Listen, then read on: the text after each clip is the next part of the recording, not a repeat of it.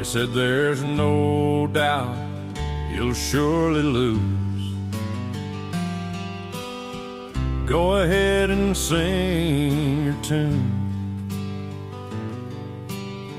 We didn't listen, stayed right on the truth. And now we're on the right side of the news.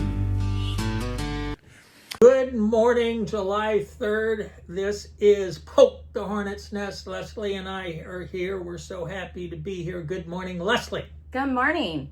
We're here in our new studio. Oh boy, and it's nice. Actually, our old studio was nice. KQMS was nice. So was KCNR. I can roll with the punches.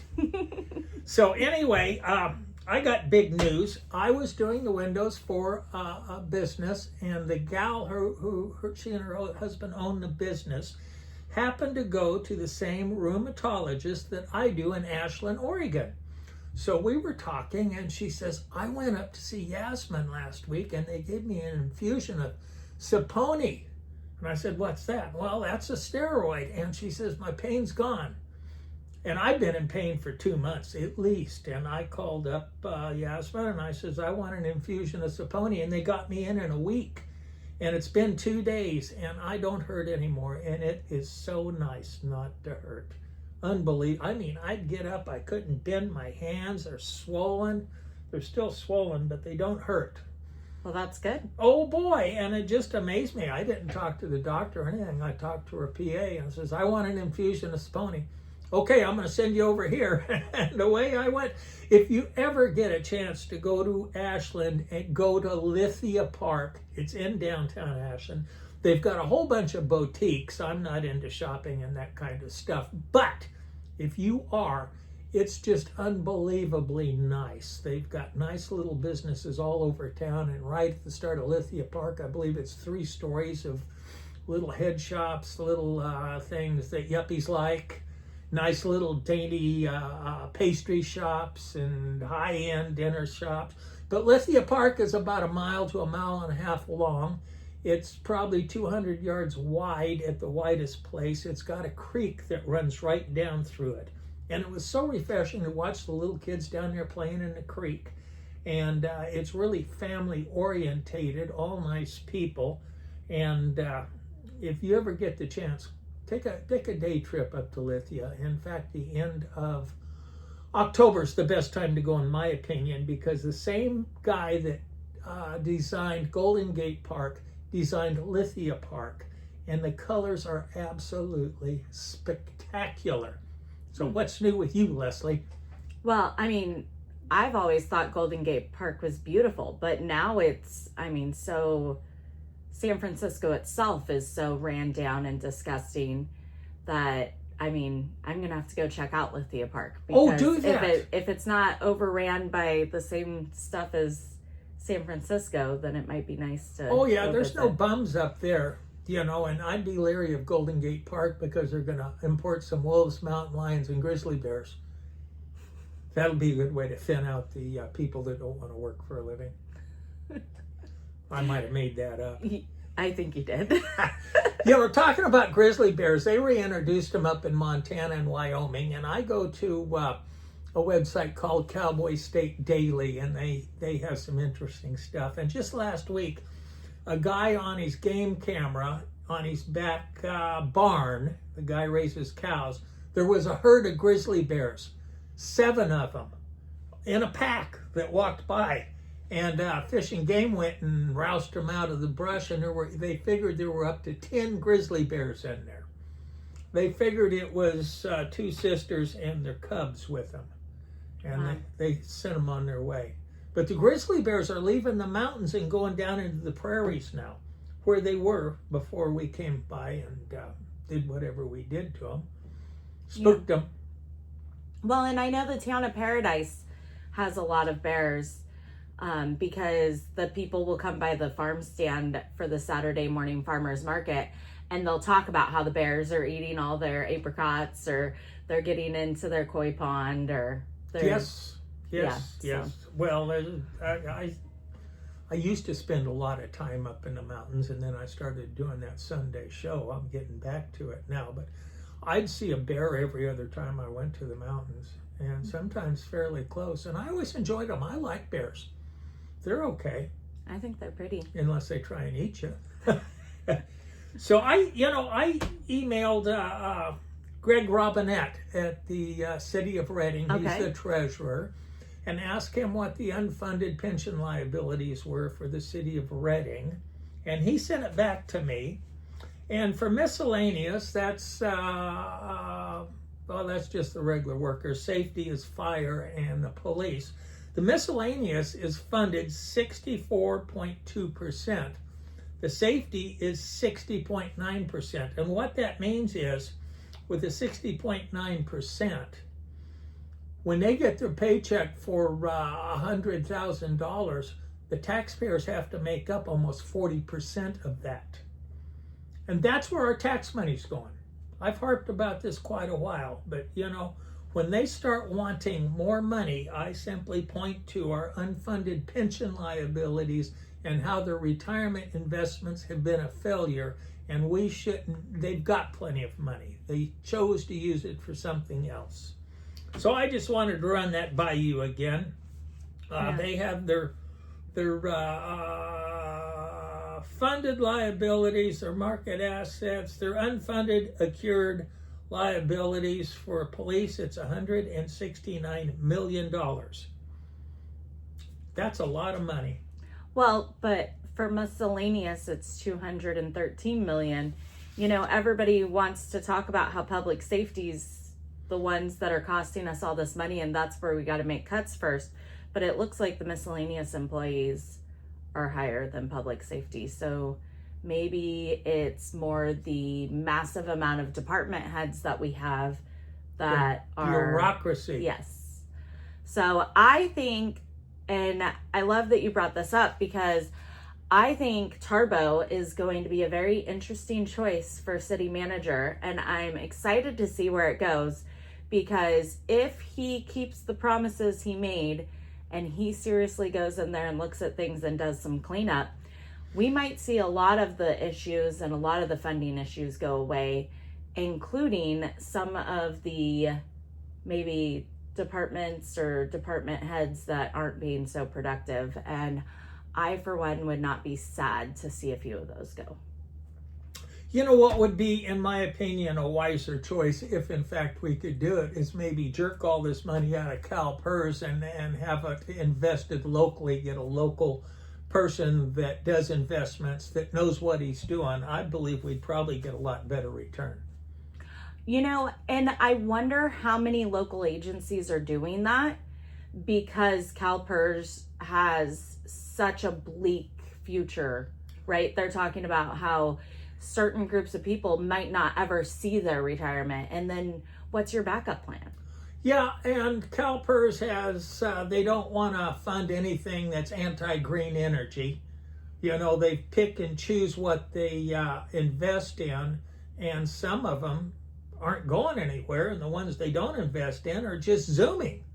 Mm-hmm. And poor choices, in my opinion. And then there's the graft. I remember reading 10 or 12 years ago, and you're talking many billions of dollars, how people were getting bribes and payoffs to invest with this company from CalPERS.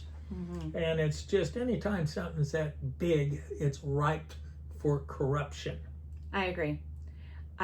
And I mean, if you look at a lot of the agencies that they represent and what they're doing and who's funding where they're headed, I mean, being down at the Capitol lately, I'm seeing the backside of some of these deals and who's supporting what and who's on what legislation. And there's legislation that will have nothing to do with, a labor union or construction, yet it'll be like an election bill, and you've got all these unions and construction companies and private government agencies that are all supporting this bill, and when you start following the money, like you said, ripe for corruption. And there's a lot of hands out. Yeah.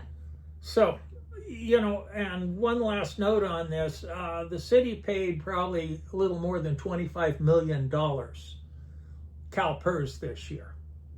the county paid more. That's a lot of money that's coming out of our pot that we meant for infrastructure and safety. Yeah.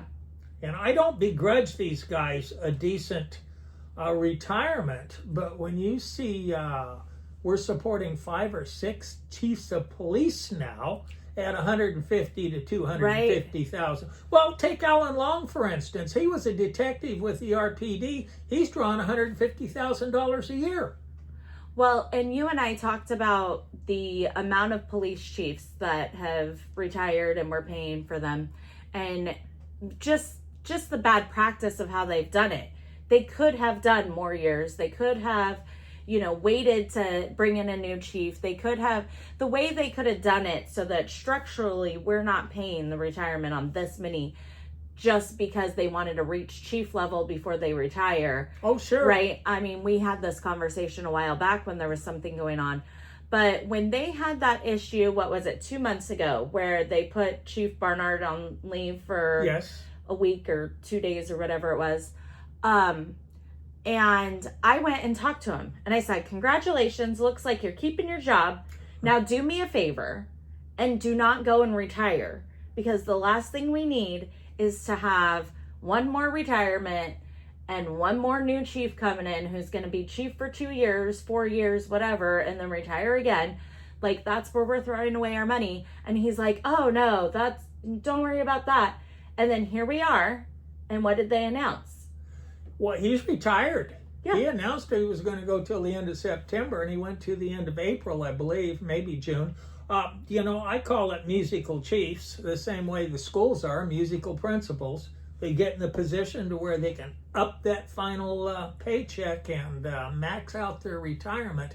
And that is not being a civil servant, in my opinion. That's padding your own paycheck. You know what? If you do it like you work a career, right?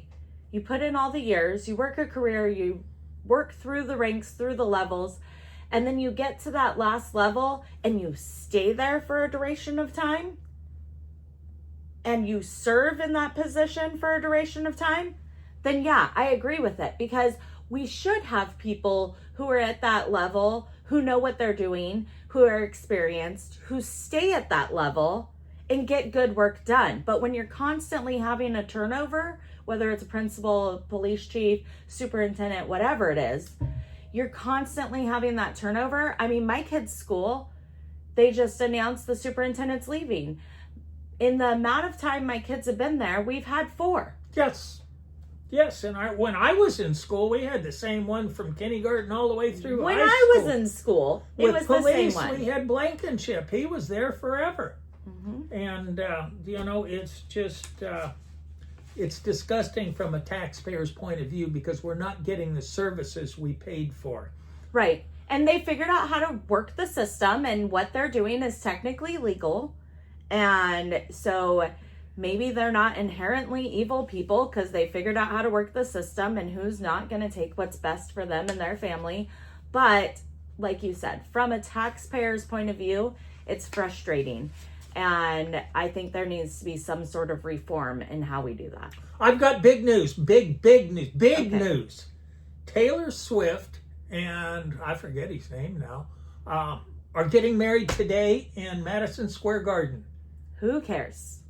Oh, well, I figured it was going to be on pay-per-view. I thought maybe a bunch of us could chip in $5 and watch it. I'm sure their wedding will be on pay-per-view. And I'm sure they'll be selling t-shirts out front. And I'm sure there's going to be a whole nother album when they break up. And, Jason Kelsey. I'd like to see the prenup. Well, and on which side, right? If we last, I get $100 million a year. Well, I mean, she makes most of her money from breakup songs. So even if they do get divorced, she's going to make more money off of divorcing him than she will be married to him. So quite interesting. That for me is... I don't pay any attention. I've never seen one of her videos. I've never listened to one of her songs, maybe a little blip here and there. It's But, the whole bread and circus thing, right? They want to keep us fed and distracted, and these two are some of the biggest key players in keeping Jason us Kelsey distracted. is his name. Yeah. And he's over the hill football player. It'll be interesting. Boy, he doesn't need to play football anymore. Is it Jason or is it Travis? Because there's two Kelsey brothers. Well, I think it's Jason. Yeah. I could be wrong, however unlikely that is. It's possible. There's two Kelsey brothers. One of them played for Philadelphia, and one of them's that guy. So Okay, we got another big announcement. I really support this. The Measure B is having a fundraiser. When is it? It is July 24th. It's a Friday. Dinner tickets are $40 each. You can get a table of 8 for $250.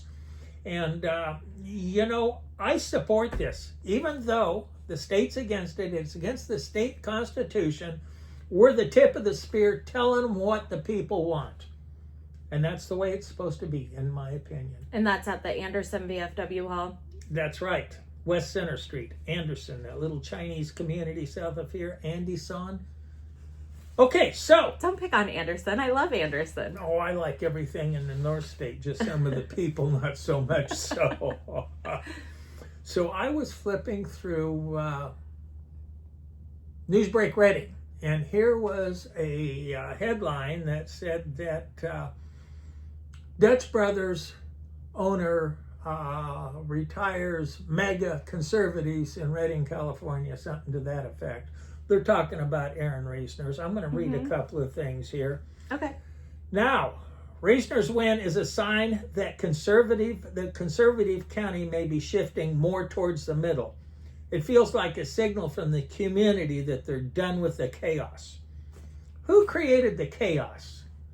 Well, I mean, when you're done with that part of the story, we could talk about the chaos, because the Board of Supervisors meeting this week proved who's creating the chaos. Well, it has been like that since the chaos started. It's all of Reisner's supporters.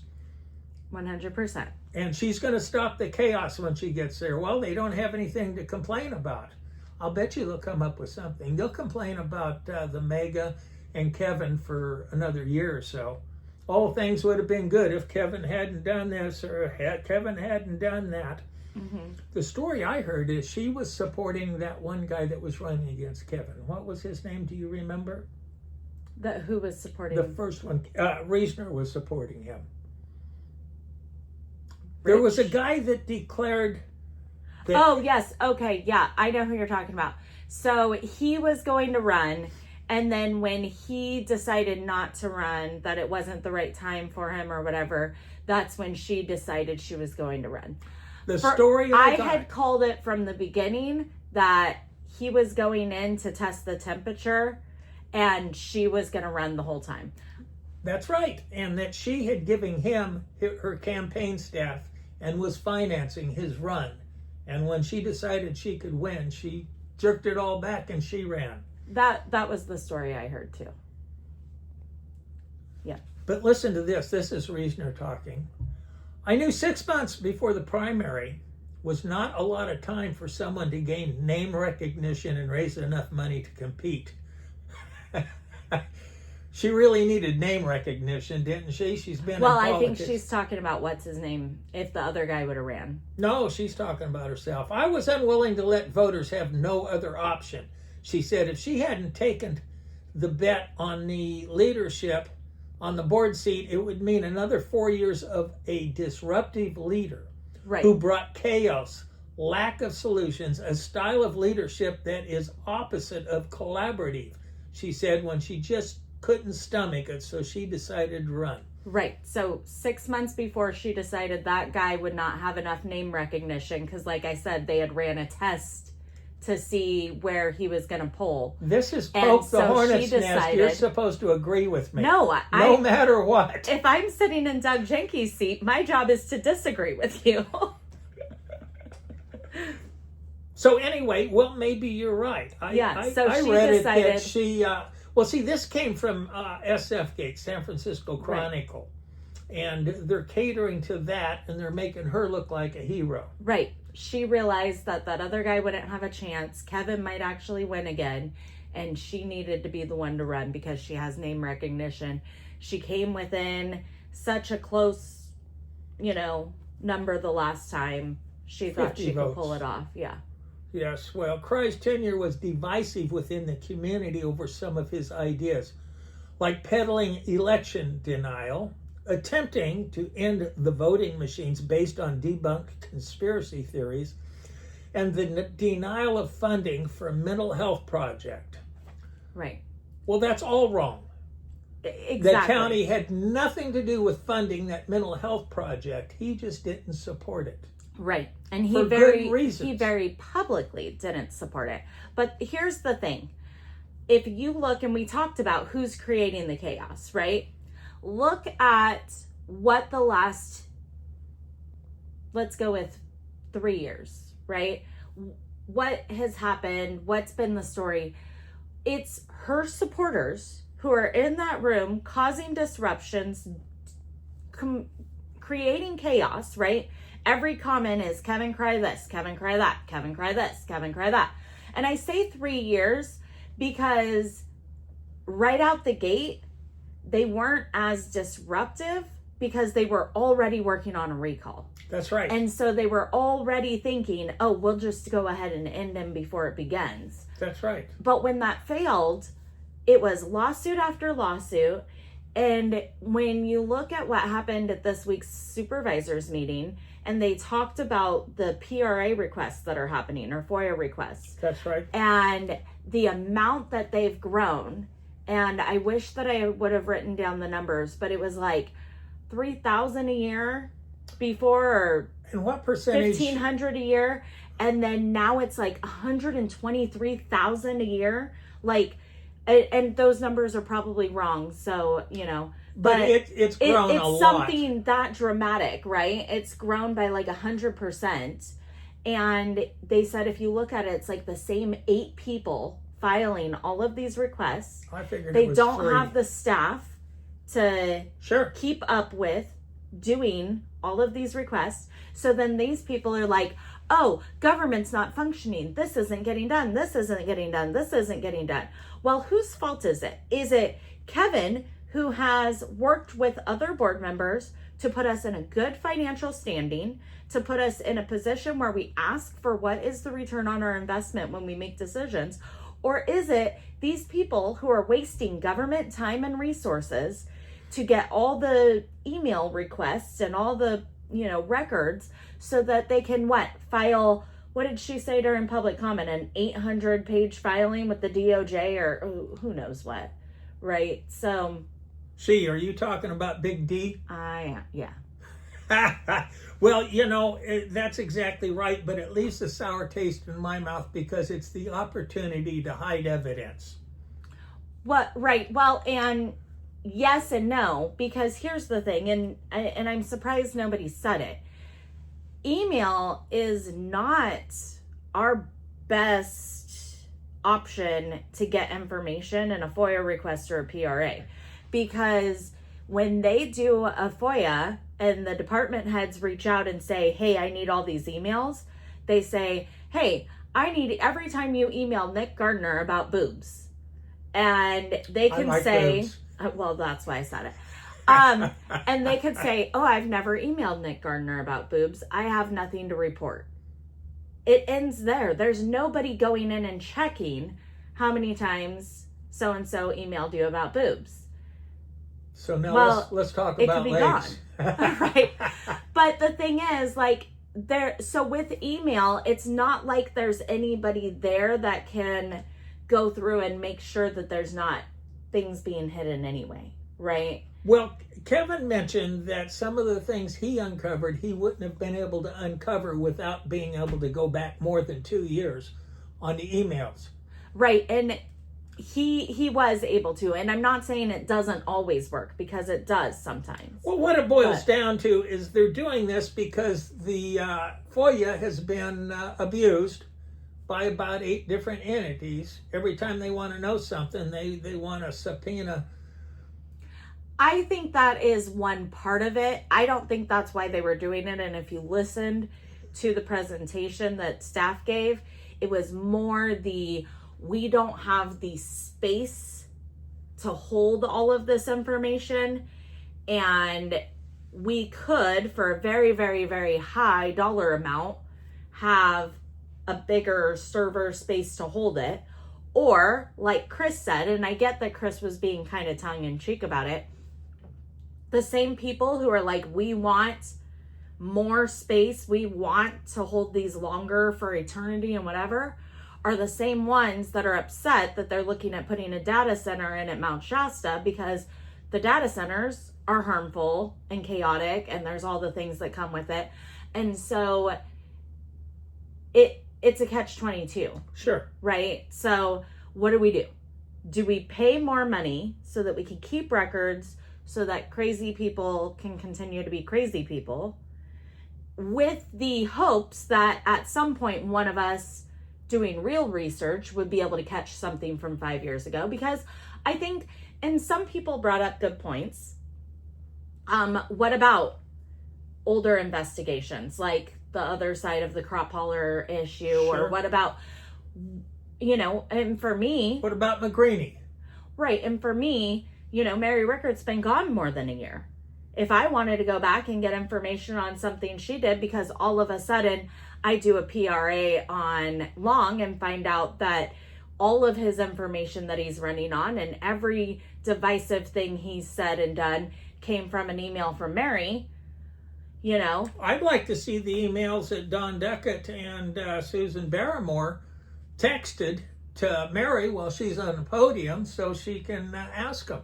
Right. And so, I guess if you want to see that, you need to submit that PRA before it's not all gone. It's not so much that I'm going to. I think it would be interesting. Right. It would show you how Mary maybe isn't as sharp as she liked to think she is. Why she depended on somebody in the audience to But at the same questions time, at her. is that something worth going to staff about? No, and that's why you're not going to. That's why I'm not going to. But these other people are, right?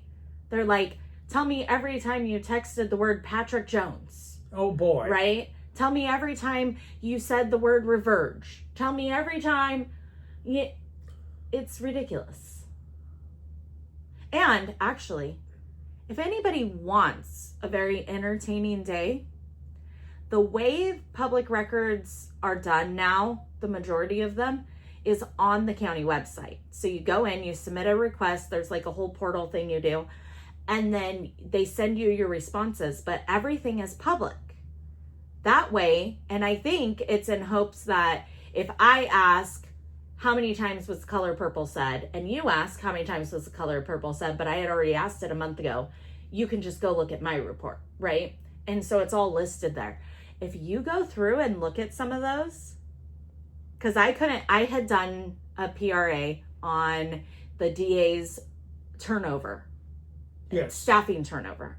Because if you're going to make a public claim that all of this is Kevin's fault and all of this is, leadership issues, yet every other department's thriving except for yours, I'm thinking there's something else to it. So I did a PRA for the turnover in the DA's office.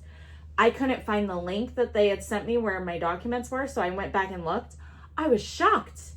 If you just spend a Saturday going through that, it's probably very entertaining to see all the different things. You can click on them and see who submitted it and what they were looking up and get all the evidence. And yeah. Any of you who want to deep dive? We did have some deputy public prosecutors go to Butte County, and they claimed that their starting wage was about $130,000 or $140,000. Well, I Googled starting wages for DA's assistants, and it wasn't anywhere near that.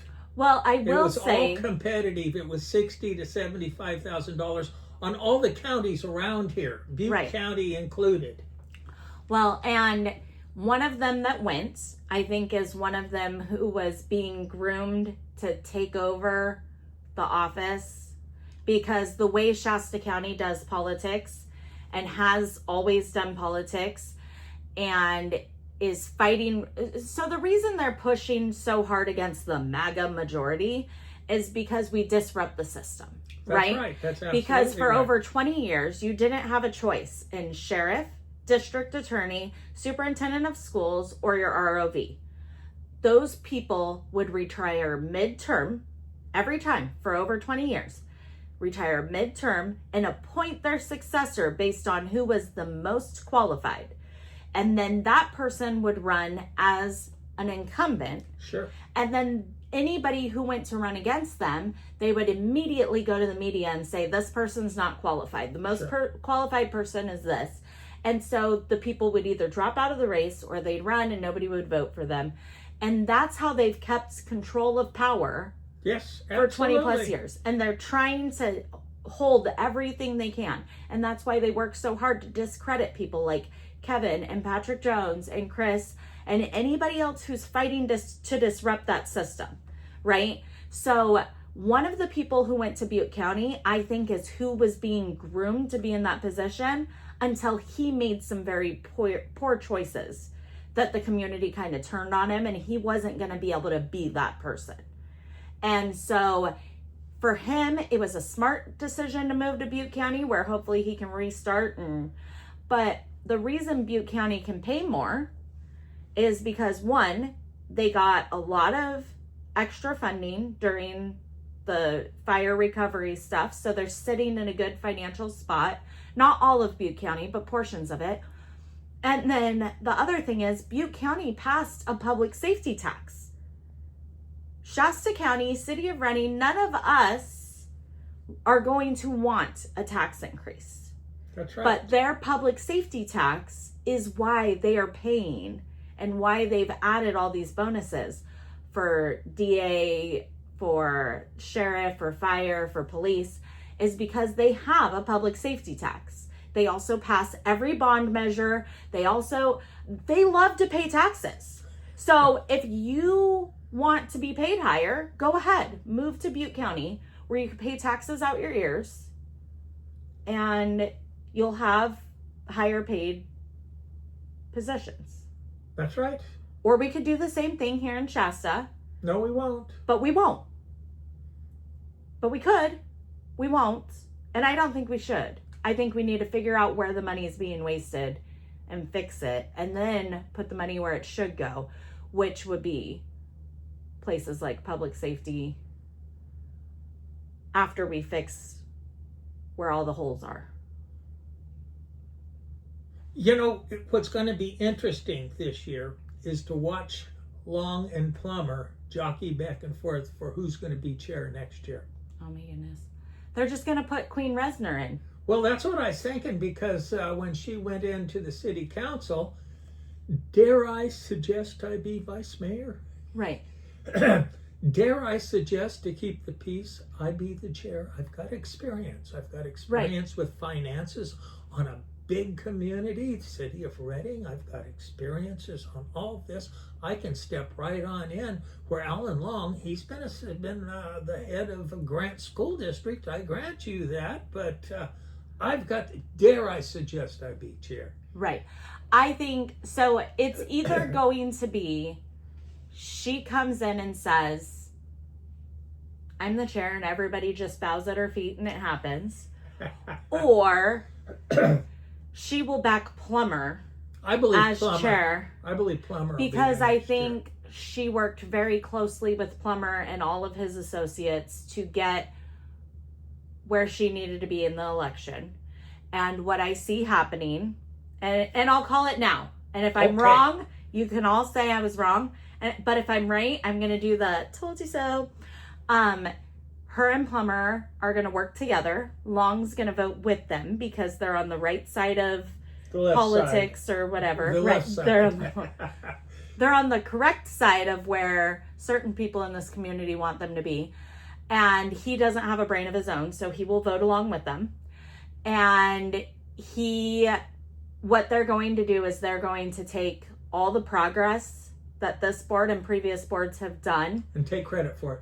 No, well, they'll take credit for anything good, but they're going to take all this progress and all the reserves that we have, and they're going to blow right through it. Sure. And you're going to see us in 4 years in a massive deficit because they are going to expand spending to every nonprofit, to every governmental agency. Plummer is going to establish net zero programs for anything and everything he can, which, by the way, Aaron won't let that happen. She just ran the finances for the city of Reading. right into the ground. Ran them right into the ground. That's right. That's absolutely right. So that's what's going to She happen. voted for the raises. It'll be interesting if she gives everybody a raise. Maybe they'll try harder. But you know what? They'll be happy and it won't be divisive. That's right. I think somebody wise once said, if you're making everybody happy all the time, you're not doing it right. Well, I agree with you. What else did you have for us? Well, I was thinking about Clint Curtis and how Kevin got blamed for bringing him in and what a poor job he's done. I thought the election ran very smoothly myself. You did, and a lot of the public comment said the same.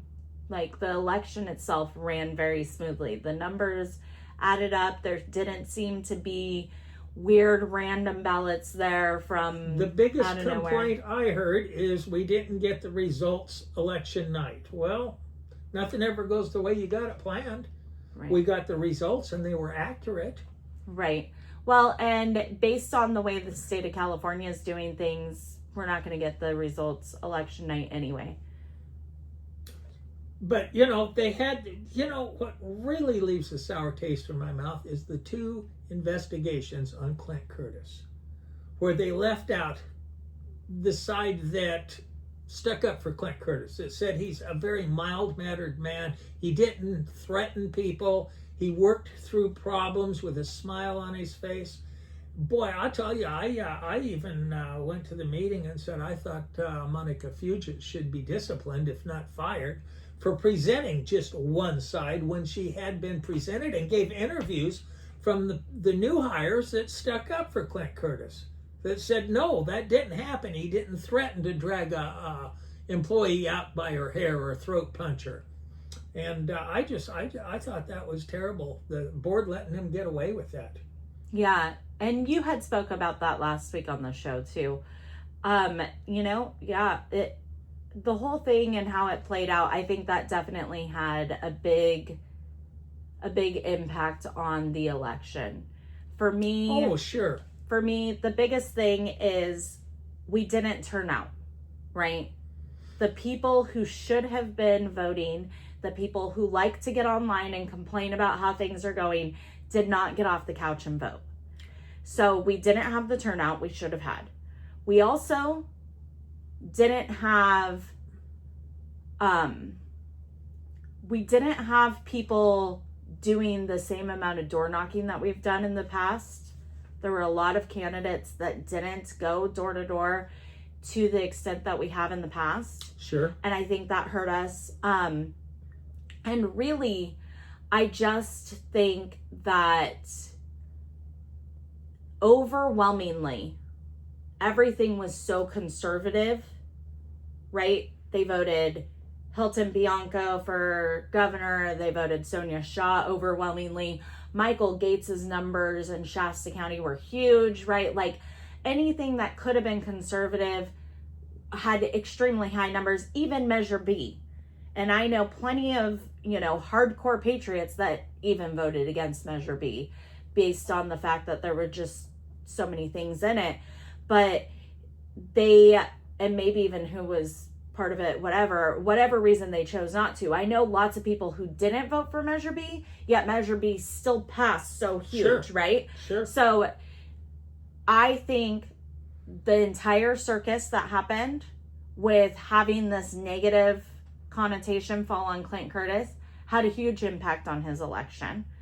And I think that just, again, the fact that the media locally will pick up on only the drama and not the facts really affected a lot of these races. It really affected Kevin. It really affected Clint. Like, if they would be reporting on the budget, I was in the budget hearings. I didn't go every day. I watched every minute of the budget hearings. I watched a lot of it online though, because it's summer break and I had my kids. But when I did show up and I was there, it was me, 2 other people, and staff. Yes. And that was it. But at least they had hearings. They had, that's what I'm saying. Is Before the it was happened. just like a consent calendar. Right. Before it was just rubber stamp and go. But that's what I'm saying. Where was the media reporting that? Where was anybody who gets up there and yells and screams, and then the following meeting, what are they doing? They're up there yelling and screaming, I sure hope this isn't something you're asking for more money for, because you just had... Well, if you would have been in the budget hearing, you would have heard that this was something that was going to be presented, but it was being passed on the state, right? Like, the amount of not getting information out there really hurt our candidates. I think. Absolutely. And the information that was out there was from 2 sources, and it was negative day after day after, just pounding it. And a lot of it was misleading, deceptive. Right. And when you deliberately deceive somebody, you're lying to them. Right. So, and they're being paid to lie to them by big organizations outside of our community. That's right. And that's what people need to understand. That's right. So we're going to do a national search for a new police chief. Do you suppose at the end of the day he was right here all the time? Like it's been for the last 5 or 6? Paletti's the last one that came from out of town, and they got rid of him because he wanted to do his job. I do think it'll probably end up being somebody local. I think that there were more to choose from locally who've left because there have been some issues within our RPD, and I won't dive into that because I don't like to talk when I don't have all the details. But I think there has been some sort of culture issue happening in that department for a while, because we did get some lateral transfers over to Shasta County who actually took a pay cut to work for the sheriff's department from RPD. So why do you suppose they do that? Well, because they get to do their job a little bit more. I think it's a culture issue. Like I said, yeah, I think there's something going on. And like I said, I don't have all the details or proof or evidence, but there's something going on in that department where people, when things start going sideways or bad, rats start jumping off the ship, right? And so not to say that they were bad ones that left, but that's just what happens, right? That's just what I'm saying. Like when you start to see the ship sink, people start jumping overboard. And so I think that there was something going on in there, and I think we're going to find out more about what was going on in there here in the coming days. I doubt it, because they want to hide things from us. But I think it is my opinion that the officers for Reading Police Department have to be frustrated when they can't arrest somebody because they won't go to jail. You know, we're importing criminals. We're just like, Biden opening up the borders and letting criminals come across. Shasta County's the same way. And I think you're right. I would be frustrated if I was in law enforcement, knowing how massively our district attorney has failed. Yes. Knowing that these people are going to get booked and released. They're going to get just rubber stamped through the system. They're all going to find every loophole and get away with it. They're going to be out reoffending the next day. 100% I would be frustrated. However, I don't think that's why people from RPD are leaving, because we're not seeing the same exodus happen from APD and the sheriff's department. And those 2 agencies still have to work with the same DA as the city of Reading. You know what I mean? So I don't know that it's there. They don't have as many criminals in their community, meaning out of town homeless people, pedophiles, arsonists. Have you noticed how many fires we've had in the last 2 weeks? Right. And I did see that there was an article somewhere here in the North State where somebody got caught. They were going around and lighting fires. Lately? Yeah. I hadn't heard that. But I'm all for retroactive abortion for arsonists and pedophiles on the spot. You know what state is it? Is it Idaho that did the firing squad for pedophiles? Yep. Oh, did they? Just pedophiles? I know that they brought back the firing squads.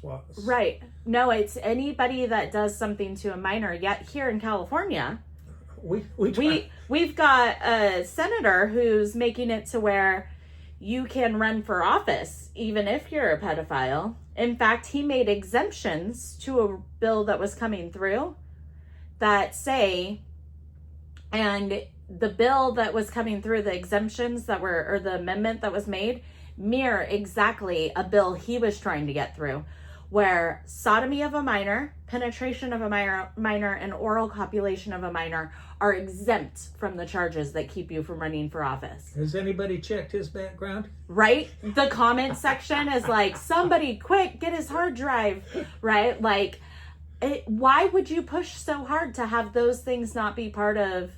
Speaking of hard drives, I had to buy a new computer. Uh-huh. I got the Clinton computer. It's got a 6-inch hard drive and no memory. That's an old one. But maybe it was tailor-made for San Francisco. Who knows?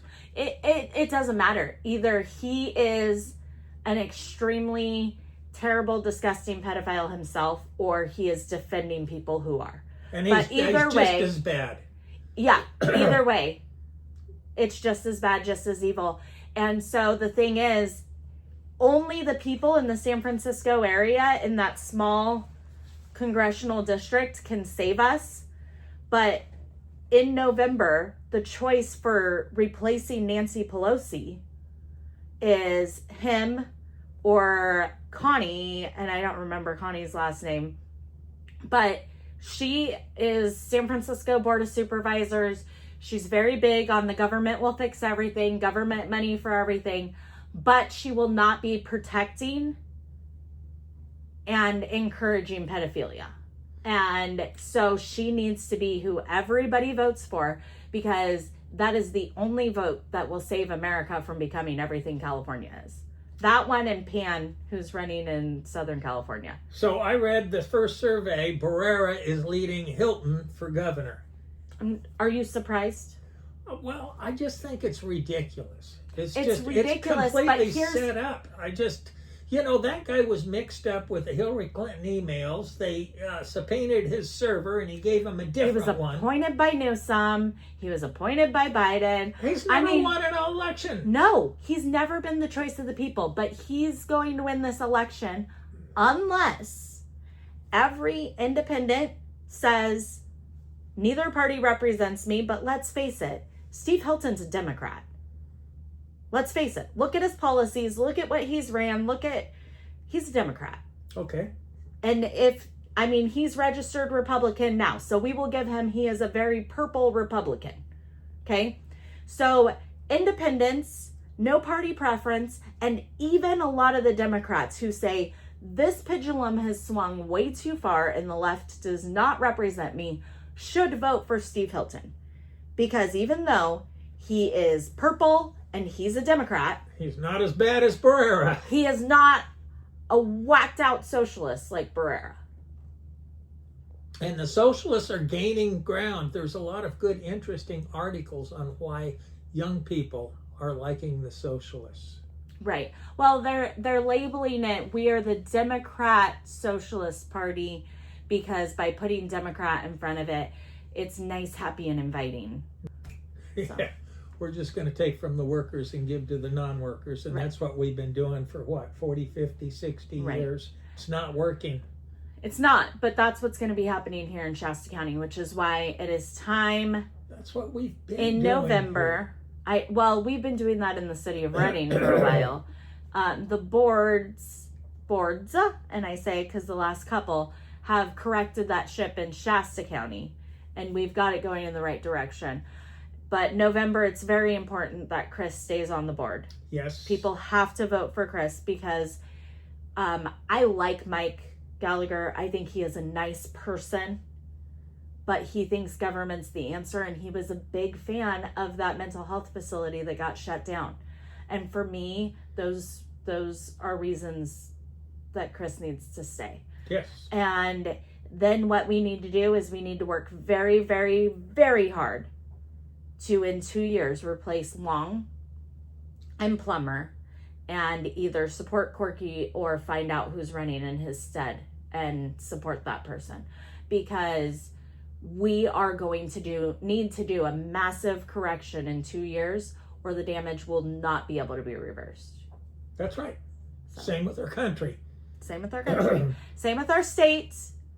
In 2 years, we need to overhaul the assembly. We failed this time. Anyway, that's enough for today. Have a happy 4th of July. Peace, love, and water beds.